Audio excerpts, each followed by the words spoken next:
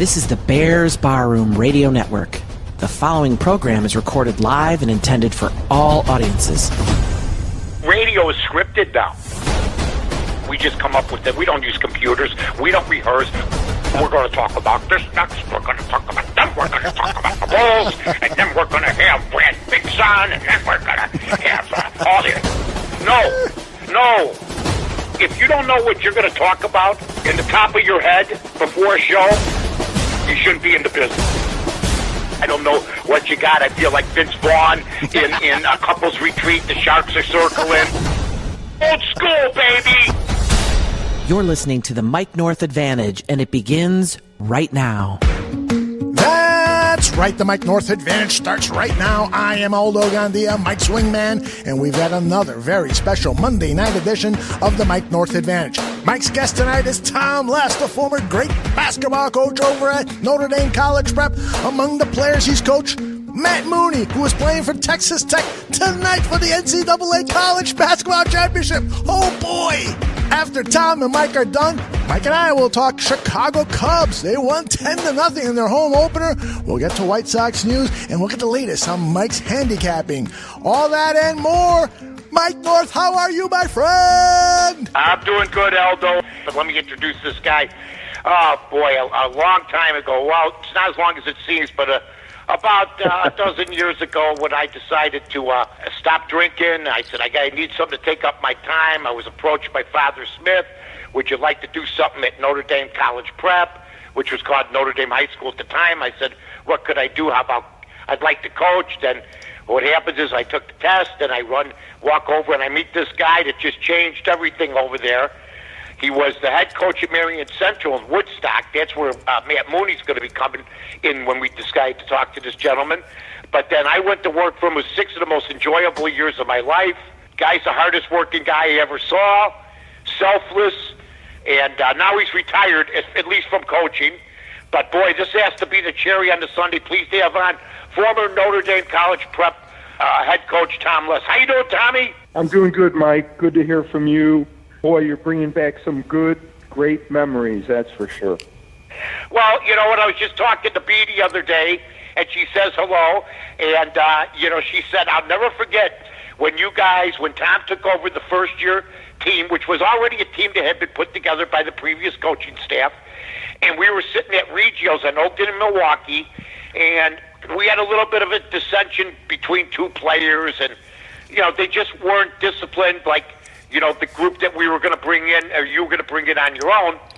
And you said, boy, I'll tell you, tonight was a tough night. We had lost the game. And Bebe said, don't worry, Tom. Someday every one of these guys will call you and thank you because of the coaching that you're doing. And lo and behold, I understand that your prized pupil, I think that's got to be called Matt Mooney now, gave you a call right before the game the other day. How touching and how good did that feel? Extremely cool, he wanted to call just to thank me for everything that we did for him at Notre Dame College Prep. You and I sat down, we set the standard high on what was acceptable, and knowing what his goals were and what he wanted to do, we set the standard of what was acceptable from him even higher. And I think that's one of the things, it seems to me, watching Coach Bear coach, he's a Bobby Knight disciple. He's similar in style to the coaching staff that we had. We were very demanding, and the players responded. And I think Matt has done a really good job of doing that at Texas Tech. Coach Les coached a couple Sweet 16 teams, almost got downstate recently against Jalen Brunson, losing by 1 point to Stevenson, 76-75. A lot of your players have gone on. Rodney Pryor to Georgetown. Of course, you've had yourself, Bradley University, Jimmy Les, your brother, playing at Bradley, going on to play for the Sacramento Kings, being a three-point shooting champ and stuff like that. Now, you love all your kids, and we always had winning teams. We won 19 and 20 every year. But Matt Mooney was a guy that you've known for since 6th grade? Because people have been asking me, well, how did he end up at Notre Dame? And I said, well, I'm going to talk to Coach Les. But you were at Woodstock at the time, right? And that's how you met Matt? Yes, I was coaching at Marion Central Catholic, and a gentleman walked in with his family. We were having an open gym. It was in the off season, and they had 3 boys. I think Matt was probably in 6th grade, Joe was in 4th grade, and their oldest son was in 7th or 8th grade. And they were touring different Catholic private schools as to where they were going to send their children to school. I introduced myself, they introduced themselves, they kind of wanted to know what was going on, what was the basketball program about, and in fact, Matt had his shoes on, and, was coach, do you think I could get in, do you think I could get in? And obviously it was a group of high school kids, and as a 6th grader, he was ready to stick his nose in, and I put him in there, and, he ran up and down and competed with the boys, and that was the first time I met them. Shortly after that, Father Smith rang my doorbell and asked me to come from Marion to Notre Dame, which Notre Dame was my alma mater as the So I switched, and that's when the Mooney family decided to send their boys to Notre Dame College Prep. And, he'd take the train to Des Plaines and then take the bus, right, up Dempster to Notre Dame, right? Is that how it went? Right. As a freshman and a sophomore, obviously he didn't have a driver's license. And, occasionally his parents were heading in that direction. They'd drive him to school, drop him off. But they generally dropped him off at the train station. He jumped on the train, got off at the Des Plaines stop, and jumped on a bus that took him to the corner of Dempster and Ozark and walked across the parking lot to school. I would give it, because I lived further away from Notre Dame than he did, I would give him a ride home after practice and after workouts. Right. And you take him home every day, which was unbelievable. What people don't know about Tom is Tom's a self-made. He's a businessman. I could say you're well-to-do. Tom and I, we coached, and we didn't get paid. The coaching staff is great over there, but we didn't get paid. We volunteered. Where do you put Matt Mooney, with your achievements? Now, it's his achievement, but I said the other day, Chris Beard didn't have to worry about Matt Mooney when he came in knowing how to play defense. Believe me when I tell you this, folks, because that's how Tom Les built his programs. Plus, Matt had played at Air Force. Matt had played at South Dakota. So where do you put Matt as far as one of your guys, which I can't believe myself? Me and B are just staring at the TV. We can't even believe Matt's on the floor. It is absolutely unbelievable for him, his family, for all the coaching staff, his teammates, and everybody at Notre Dame College Prep. Because obviously we knew him. He was pretty small, mature physically, sure. but a huge competitor. I would say from all the players that I coached and worked with, he ranks very, very, if not at the top. I mean, I was very, very demanding of my brother when I worked out with him. I did not coach him, but I worked with him. Of the players I coached, Rodney Pryor went to Georgetown and is now playing in the D-League at the NBA. Quentin Chivas played at Tennessee and at Hampton and is now playing overseas.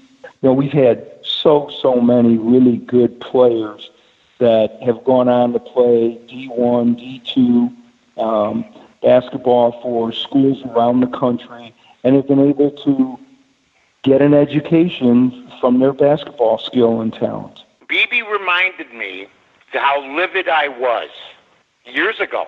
I can't remember what happened yesterday, but she goes, don't you remember how livid you were when Northwestern when Carmody wouldn't even come over to look at Matt? I go, no. She goes, you were madder than Tom. I said, well, I just thought, and then what happened is, lo and behold, this year Northwestern did reach out to Matt. They reached out to you and me. We tried to help them out, but we left the decision-making up to Matt. But Jim Phillips, I had reminded him, and he said, oh, that was the kid? I go, yeah, that was the kid. And I wanted to ask you, Tom, regardless of where he went, is it wrong, you think, Northwestern, I think, has a good program, I'm disappointed in him so far. I wanted Jimmy Les to get the job in front instead of Chris for obvious reasons. But I always thought it was wrong for them to sell Matt, especially this year, because he's a one-year student and Chris Beard's good at transfers. There's like 4 transfers on his team. As you want this on your resume when you get a job. You know, is that the way to recruit basketball players, or should you recruit basketball players by saying, we're going to build a program, and along with that will come great opportunities because you're coming to Northwestern? I think you got to do a combination of both. I think the academics are important, but obviously the history of the program, and Chris Beard was building his. You know, he was a disciple of Bobby Knight and Pat Knight, and has had some success. This is only his 3rd year, and to make in 3 years to make the Elite 8 and then the championship game, it was something. You know, and I talked to Matt throughout the decision-making process on his grad transfer decision, and he had many quality opportunities. Arizona State, Oregon, Northwestern, Creighton, and Texas Tech, I think, were his final 5 choices, and he had trouble narrowing them down. But when it came down to it, it was Northwestern versus Texas Tech. And Northwestern had a lot of good things to offer, the success they've had in the last few years. But the Big Ten was obviously a very tough competitive conference, and one of Matt's goals on his transfer season was to make it to the tournament. He wanted to play in the NCAA tournament, which is one of the things that he hadn't done prior. And his younger brother, Joe, who plays for my brother at the University of California, Davis, they had played in the NCAA tournament 2 seasons ago in the play-in game in Dayton, and then had lost to Kansas. Joe's sharing of the NCAA tournament experience to Matt fueled Matt's fire even more, that he wanted to go to a school where he was going to play in the tournament. And apparently that, along with some of the other things, he just decided that Texas Tech was the right fit. And is there any way, there's no better decision the kid could have made. Viewed all the pluses and minuses, and how did it work out for him? He could. Wow. This story could not be written any better than it has been up to this point. With the great Tom Les. Tom, tell everybody about your business. I mean, what was great is I'll never forget the kids would tell me, man, when I get big, I'm gonna have cars like you and Coach Les. You know what? and I'd say, yeah, and maybe hopefully, you know, we were volunteers, but we had been successful in our other jobs, and even Matt told me that rubbed off, seeing the coaching staff with successful people. And Kevin Clancy's taking over the program now. When you have successful people and successful leaders working with young people, those kind of qualities, those kind of things rub off, and their goals become similar. You know, it's the teaching, the respect, the approach to everything. You know, you and I had an approach at Notre Dame where everything was done to perfection. We expected perfection from ourselves and from the players. Now, it's very, very difficult to get perfection, but you're not going to come close if that's not what your expectations are. And, you know, one of the things that I think made Matt so good and has, you know, made him successful is he has not gotten out of whack. I mean, he has not been... he's been on target. He has his goals, and he stayed in the right direction. He hasn't gotten distracted. You know, there's so many things on social media and social events and things like that can derail a young person. He has stayed focused. He has stayed the path, which obviously is a credit to him and his family and the coaches and teachers that have worked with him. He talks more now in one interview than he talked to us the first 2 years. Yeah, he I'm does. not telling you, man. Quiet. He was so quiet, right?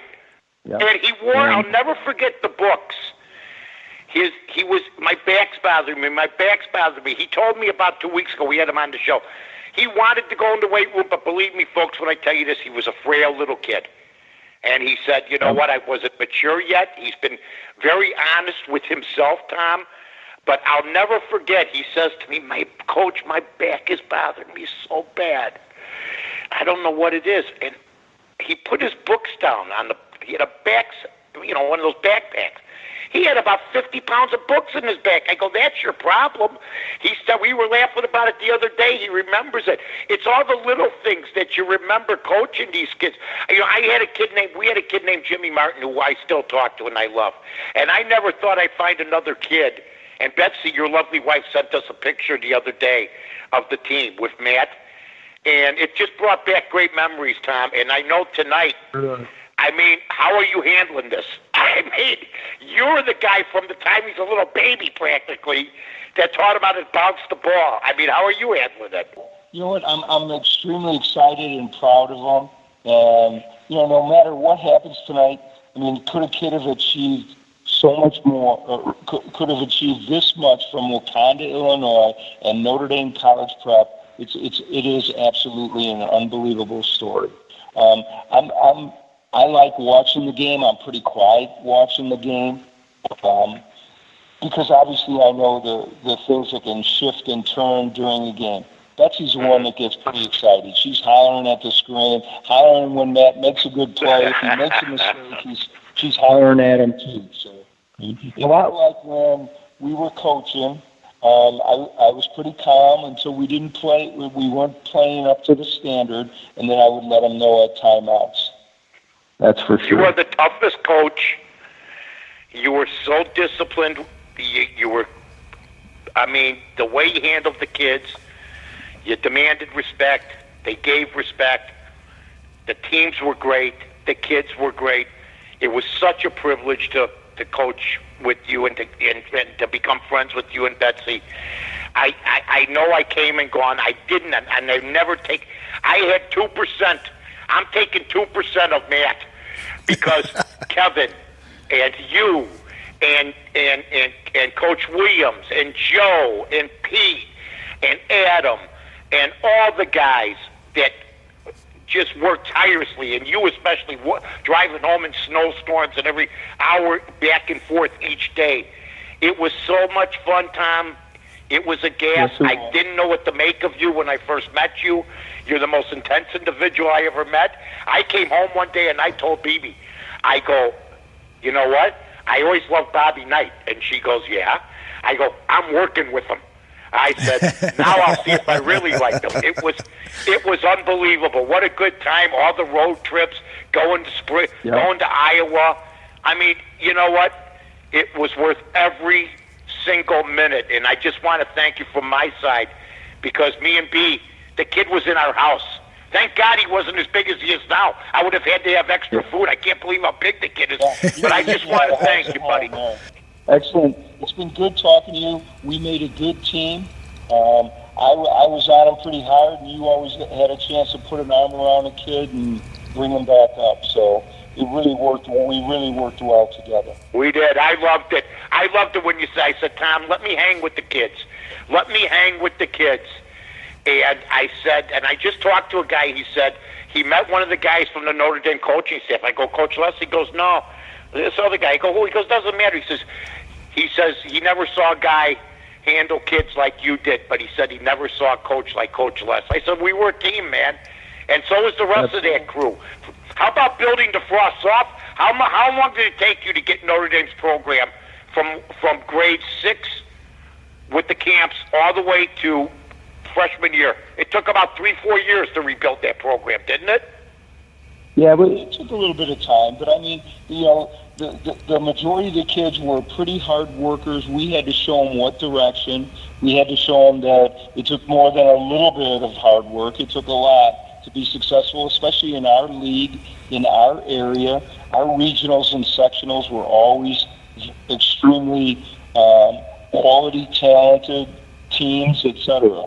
But within a couple of years, we got it going and kept it going for quite some time. It was fun. Yeah, we did. Tom, we got a couple questions from Aldo. Aldo?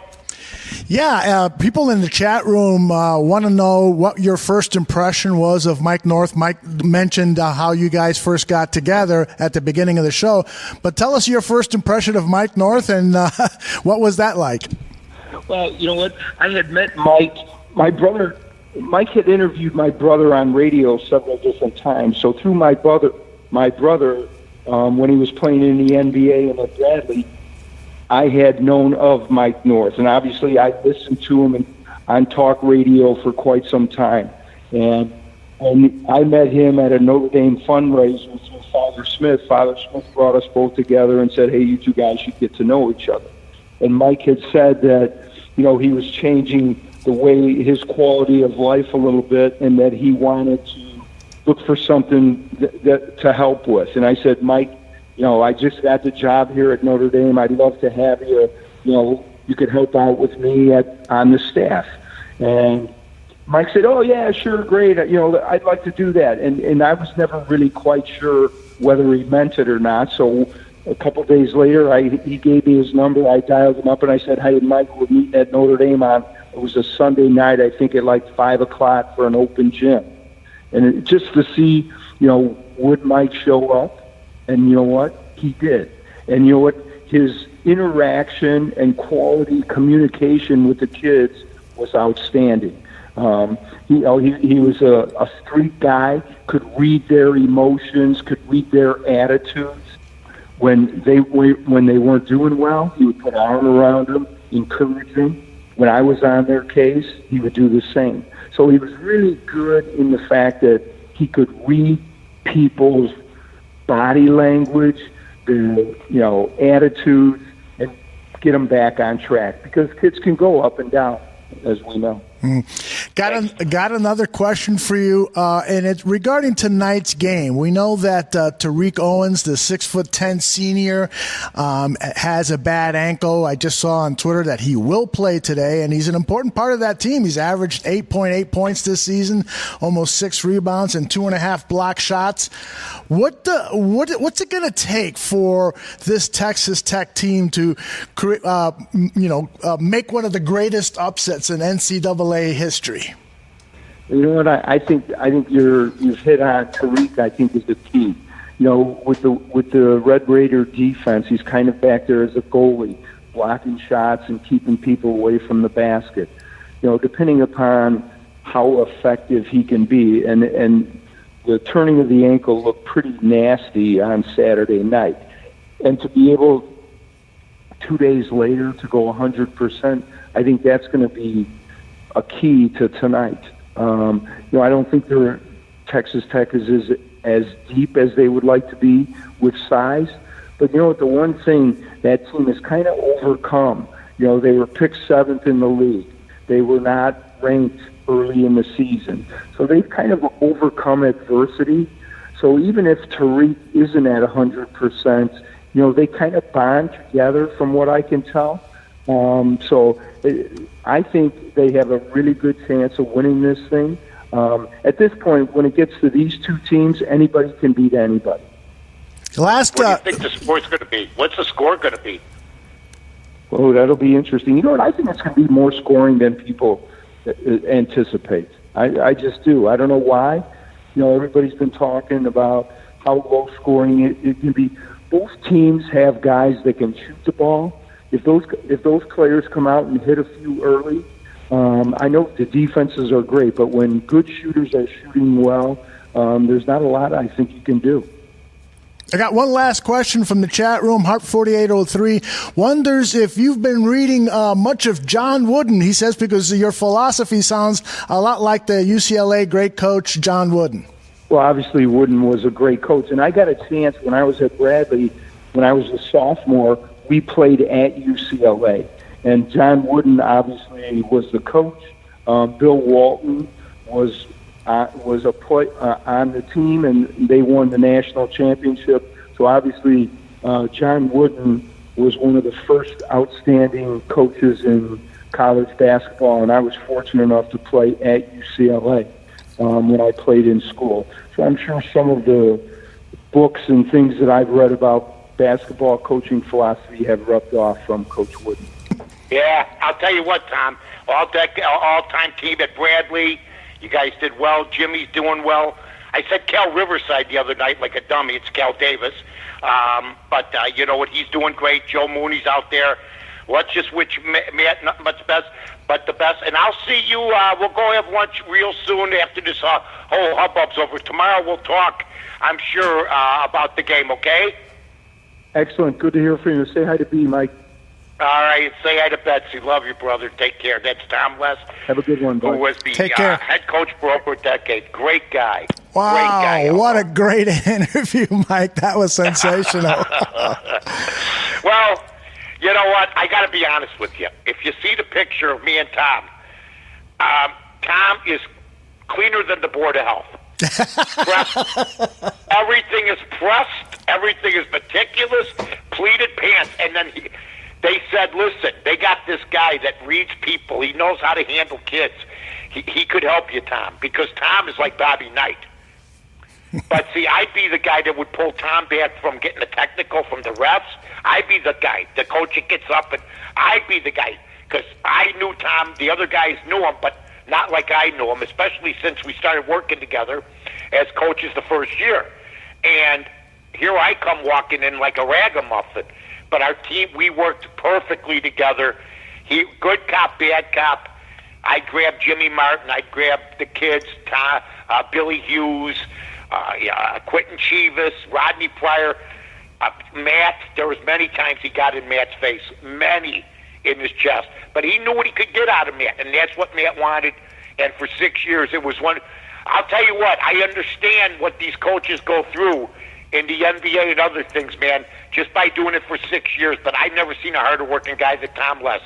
And he's just one of the all-time greats. He really is. What's your feeling about tonight's game? Are you picking a winner? I mean, you're probably not going to bet on this because it's just too much emotion on it. But are you feeling good about Texas Tech's chances? No, you know what I'm hearing? Look, it could go either way. Virginia, nobody's talking about it, and that's the only thing I'm worried about. It seems to be a lot of Texas Tech buzz. I think a lot of the more money's going on Texas Tech right now, but not by much. So I think it's even down the middle. I'm going to just hope and pray, watch the game. I want Matt to do so well because, you know what, he's had 2 really good games in a row.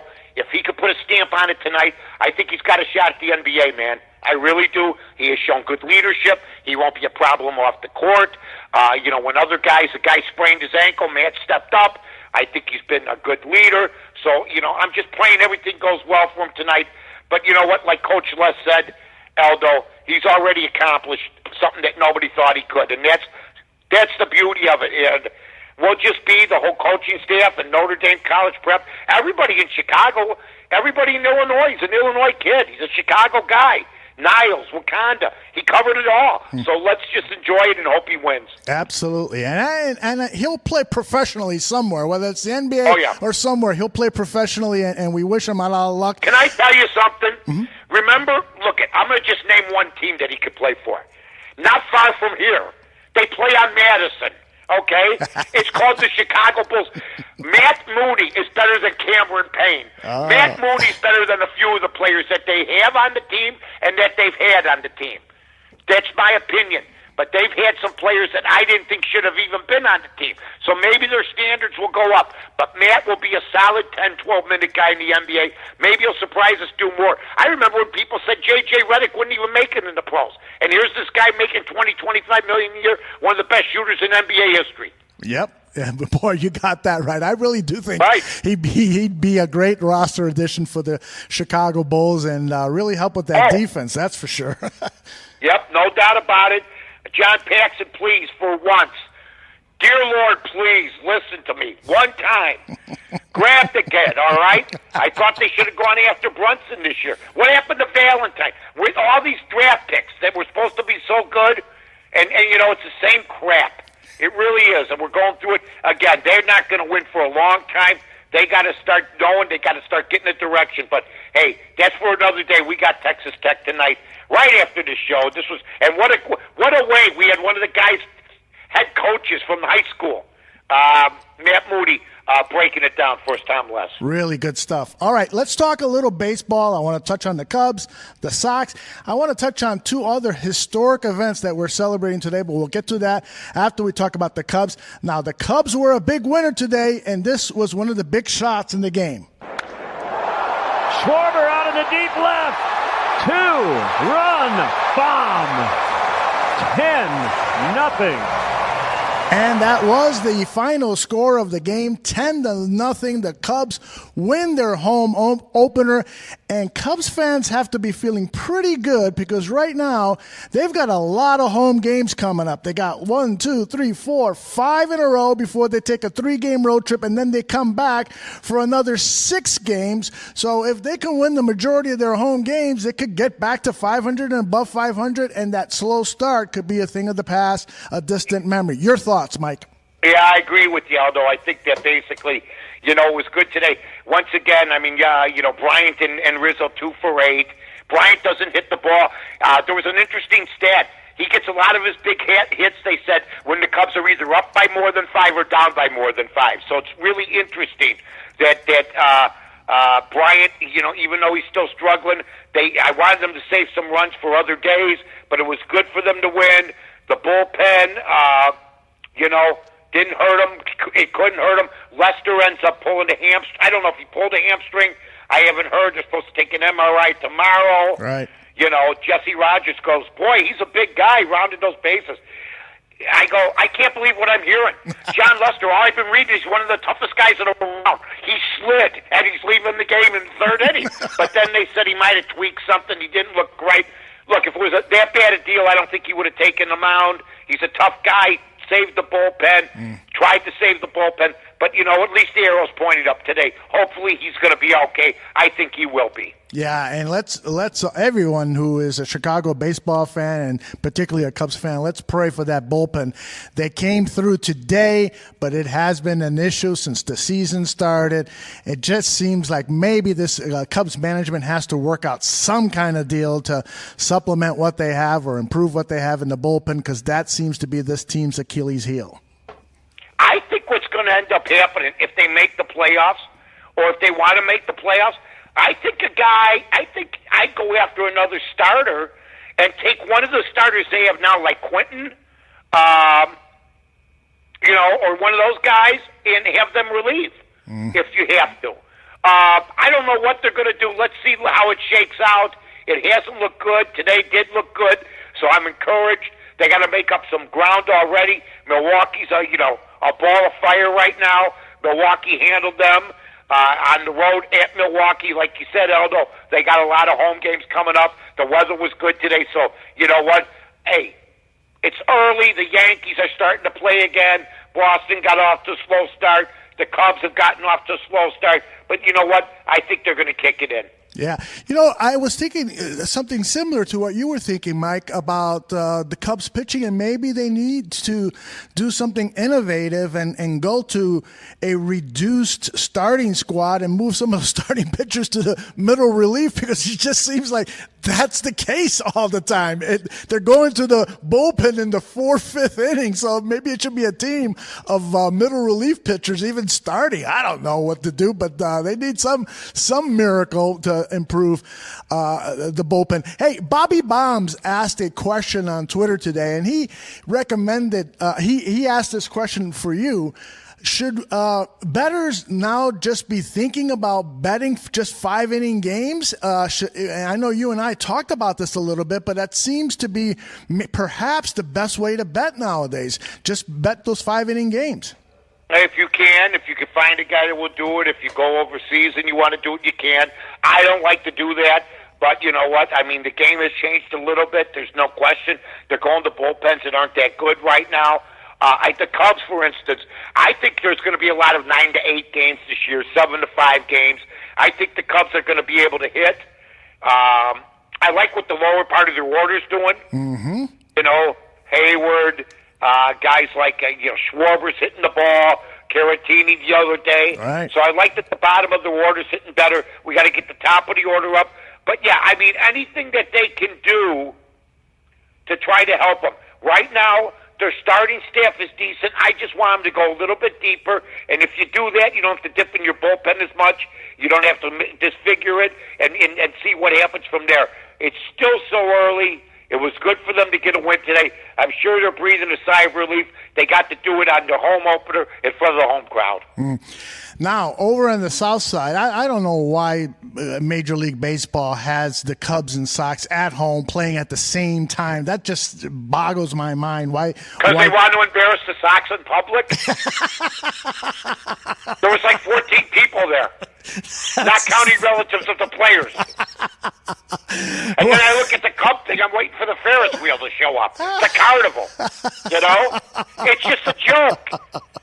They put the place in the wrong area. Nobody wants to drive through downtown. 1 o'clock game, you're going to go through downtown at noon, to get to a ball game. It's just in a bad spot, man. Yeah. He should have built it somewhere else, but he got the land cheap. He's got the tax break. Good. Enjoy being alone. Alone and a loser. My God. And what did I tell everybody? Moncada's 0 for his last 9. I mean, everybody had him. I mean, I thought I was talking about Ted Williams the way they were talking about it. Let things shake out. Yeah. Let's see what he ends up doing. They didn't look good today. Blake's now. Stone and Benedetti, they make excuses. They don't even do the game anymore. Mm-hmm. They're talking about the best movies. I'm going, what are we going to? Somebody yell, is it a ball? Is it a strike? They're talking about, what's the best movie you ever saw? It's the third inning. Come on. Wow. They must have a list of stuff they're going to go by. Look, it's a talk show. It's not even announcing baseball anymore. Remember the old 3 and 2? Yes. Strike 3. I remember 2 and 1. Here's the pitch. None of that from these guys. They're talking about movies. What's your favorite pizza topping? I mean, come on. It's so true. My wife and I were watching baseball. She looks at me and says, "Do they ever talk about baseball? They seem to be talking about everything but baseball." My God, they're talking about movies today. You know what? It's so dysfunctional over there. Their broadcasting bosses have been garbage. They brought in the wrong talent. The radio team is dead. Let's tell it like it is, man. It's brutal. You want to take a nap? Turn the Sox on. Wow. and then the pitchers. Their pitchers yesterday, Nova. Today, with the pitching, Rodon. They take 10 minutes between each pitch. Yes. Even Stone was, and I'll say, Stoney was saying the same thing. Yeah. He goes, you got to get more rhythm. Right. There's no rhythm. Right. And they're making excuses for him. I mean, it's garbage on the south side right now. They got maybe, some guy said today, there's actually 3 bona fide major leaguers on the field right now out of the 9. Well, there was one offensive highlight, and here it is. In the air left field. Fan back at the warning track, and the wall, it is gone! That was a solo shot by Jose Rondon, but aside from that, there wasn't much to applaud. What is it called now? Guaranteed Rate Stadium? What is this Guaranteed Rate Stadium? You know what it's called? Somewhere I won't be going anywhere soon. That's what it's called. Okay? If I want to sit in my car for 2 hours downtown, okay? My God, I'm afraid I'm going to run out of gas sometime. Ridiculous. I just bought 2 tickets today. Actually, I enjoyed. Good, have a good time. Enjoyed what 2 time scoops. you leaving? When's the game? Tuesday? Leave Monday. Trey Two Scoops and I are going to enjoy the game, but Heart 4803 is in the chat room. He religiously comes on all of our shows, and when you talk ill of the White Sox, he just seethes, but he doesn't have. What do you want me to do? Take it up with the ownership. It's not my fault. Believe me, I wish I owned the team. They would have won a couple more World Series. Oh. Believe me. First thing I do is get rid of. Although I'll say this about Kenny Williams, you did get Abreu, but the rest of the stuff, forget about it. The first thing I'd do if I bought the White Sox, I'd have some suitcases for Kenny Williams to pack his stuff in. Believe me. Wow. They're just a dysfunctional organization over there, man. What about if you were one of the broadcasters for the White Sox? What would that be like? It would be honest, and I'd be fired within a week. That long? How do you think these guys stick around? I tell it like it is. Harry Carey and Pearsall were the best they ever had. Reinsdorf got rid of them like a dope, and Harry went to the Cubs and built the Cubs franchise. Mm-hmm. Well, it's funny that you mentioned Harry Carey's name because today is the 25th anniversary of when Michael Jordan played for the Birmingham Barons. That's right. That was a wonderful time. He made his debut, and then a year later in the Crosstown Classic, Michael Jordan had his best moment as a major league, or I should say a professional baseball player, and it was at the Crosstown Classic. Here's Harry Carey's call of Jordan at bat. He already had a hit in the game, this vying for his second hit with men on base. There's another hit. A drive down the third baseline. The tying run may score. He's around third, racing for the plate. The throw. He hasn't touched the plate yet, and he does. Michael Jordan has tied up the ball game with a ground double to left. And this crowd has seen what it came here for. And everybody's on their feet yelling. Mike North, what's your memory of the whole Jordan playing professional baseball? What were your thoughts at the time and now looking back at it? While interviewing him in Sarasota, I told him he was nuts. I went out there with Jiggets. We talked to him. We interviewed him. I said, "You're out of your mind, man. What are you doing?" He said, "What do you mean? What am I doing? I'm going to." I said, "Okay." I said, "It's the toughest game in the world, man. You know." He says, "Well, I can do it." I go, "Okay, we'll see." And that's the one. Seeing him walk through the door in Sarasota to be interviewed by me and Jiggs, where we had our little where we were stationed with the White Sox uniform, was surreal. Being with Steve Dahl, watching Jordan in Sarasota in front of a packed house, just not believing what we were seeing. But yeah, you know what? And a great story about that day, one of the coaches said, "Boy, you got half the offense for us." And he goes, "I'm used to that," you know, because he did it with the Bulls. So it was a great comeback as far as the way that he retorted about saying, "I'm used to that." Right. But it didn't work out, but it was still cool. It's a memory. It's a bad memory for me, because if he would have stayed and played those 2 seasons, there's no way Akeem Olajuwon is a ring. They would have 8 straight. That would have been unbelievable. And that would have cemented them. There'd be not even any argument of whether it be Kobe, LeBron, or anybody else as far as a guard doing what he did.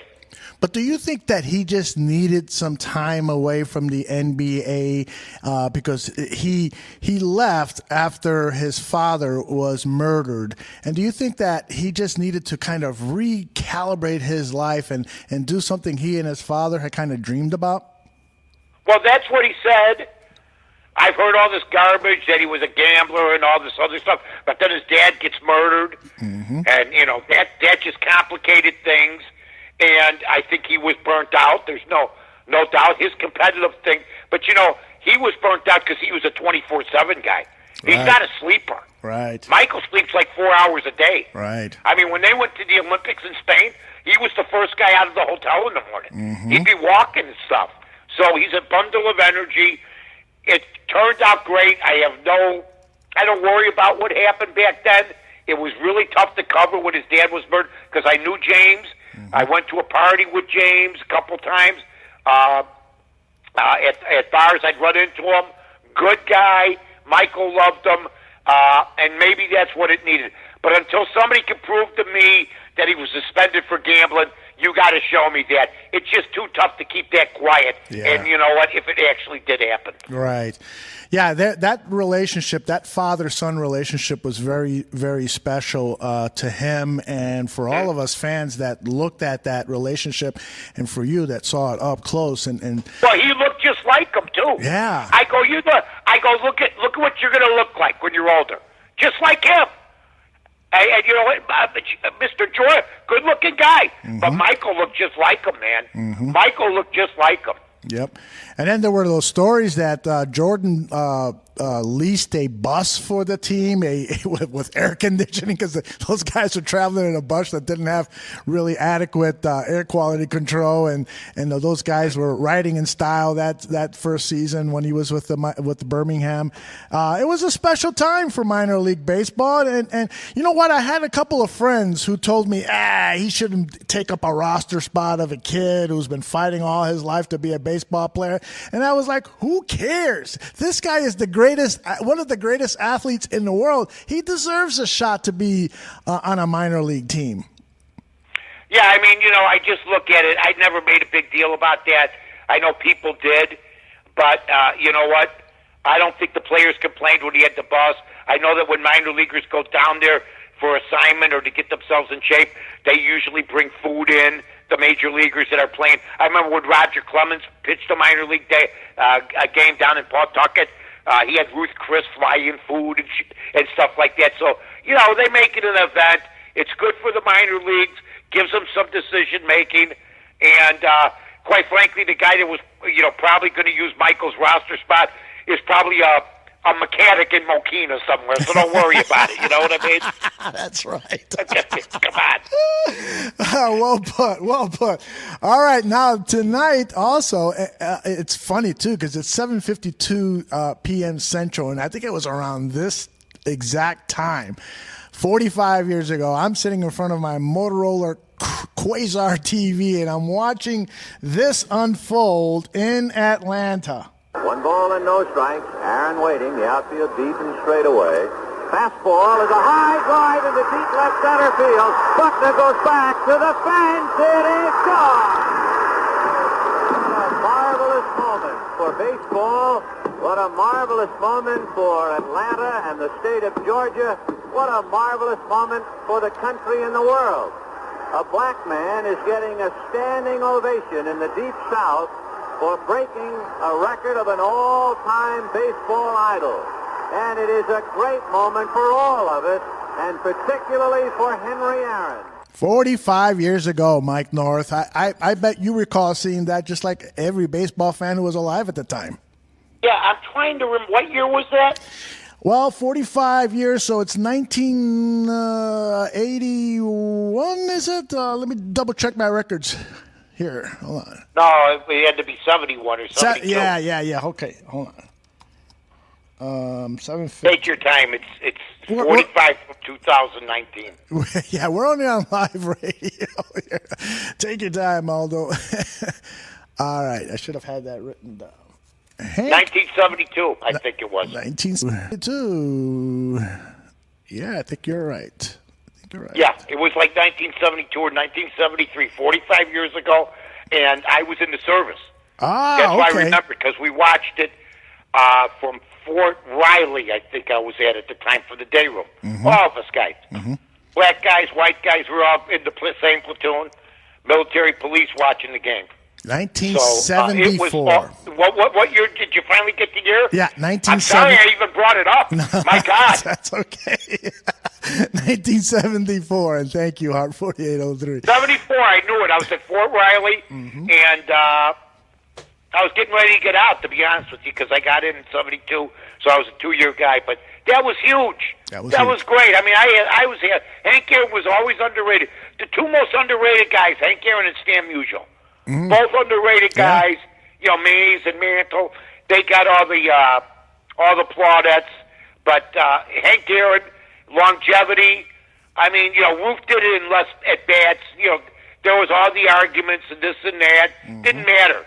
Nobody thought their record was going to be broken, just like nobody thought Lou Gehrig's record with consecutive games would be broken, and then Cal Ripken broke it. It's a great record. I love Hank Aaron, one of the greats of all time. Played a damn good right field, too. If he hadn't played in Milwaukee and Atlanta, had he played in New York, he would have been 5 times the star that he was. He was also a very modest man, wasn't he? Well, I think he was a little bitter. I don't know how you couldn't be. I mean, you're a Major League Baseball player, and in some areas of this country, you're being treated like a dog. Oh, yeah? No matter what kind of person you are. I mean, I remember I went to Jackson, Mississippi in '72, and they didn't have the water fountains there anymore, but on the wall still. They still had colored and white written on the wall where the individual fountains had been at this Greyhound station that we were getting ready to take to Dallas, Texas to hop on a plane. Wow. And I go, that was bizarre to me because it's 72. It's not like 52. Right. But, yeah, that's where Walter Payton was from. It was a rough town. And the South was, to do it in the South like he did, I know he started in Milwaukee, but I think it was great for him. And he's been a great ambassador. He really been has. a great ambassador. Really has.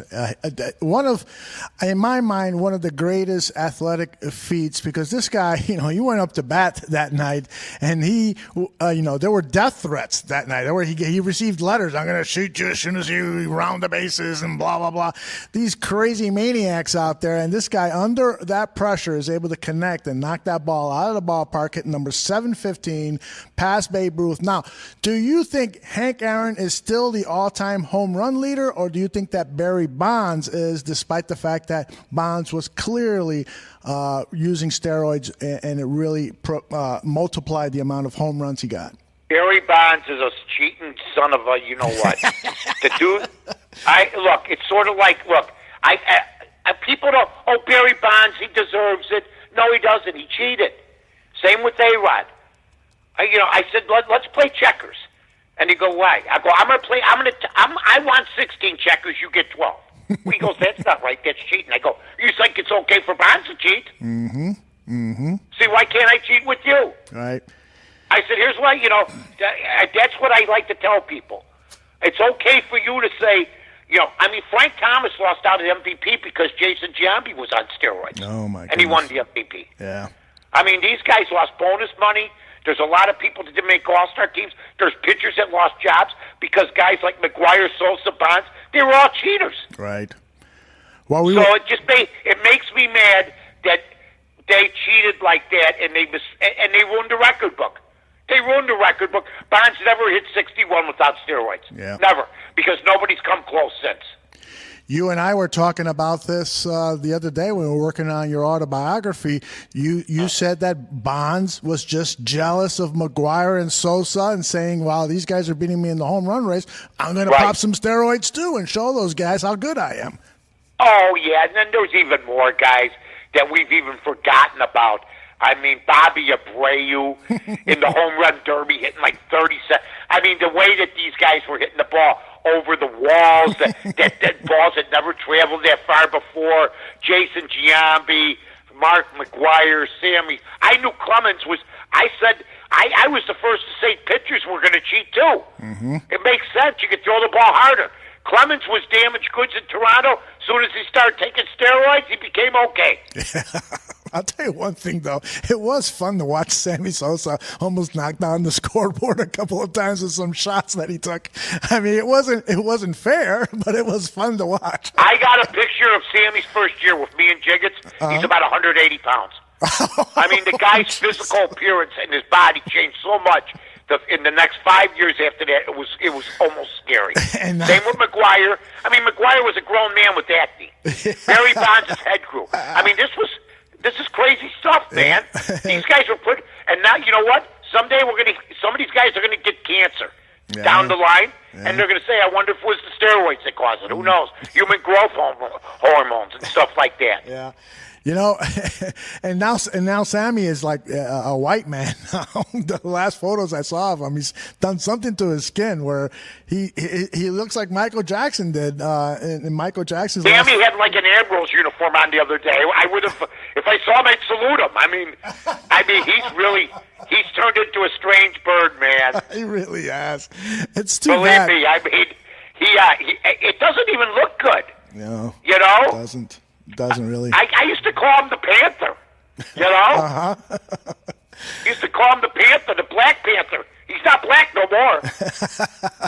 Do you feel a little guilty about rooting for Sammy and that whole era when you look back at it now and know that those guys were cheating? I knew he was cheating. I never really rooted for him. Mm-hmm. I didn't like it. I didn't like the cheaters. I don't. Yeah. And I just think that what Bonds did and his trainer to go away and not to, they put some money away in a Swiss account. It's just shameful, man. Yeah, it is. I mean, really, Barry Bonds, and I know they're going to try to get him in A-Rod's campaigning. He's big in the media now. They're going to let that cheater in, and then it's just going to – it doesn't mean that much to me anymore. Yeah. It really doesn't, the Hall of Fame. Yeah, to me it's kind of weird because I stepped away from baseball for a few years there because they went through that strike and that whole season was lost. And I was like, well, if the players in the game doesn't care about me, a loyal fan, why should I care about the game? But then all of a sudden, Sosa and McGuire are in this home run race and stuff. Sure. And I didn't know much about steroids at the time. I was just like into it. And Sosa was the charming guy with the interviews where McGuire was more subdued. It was fun to watch that.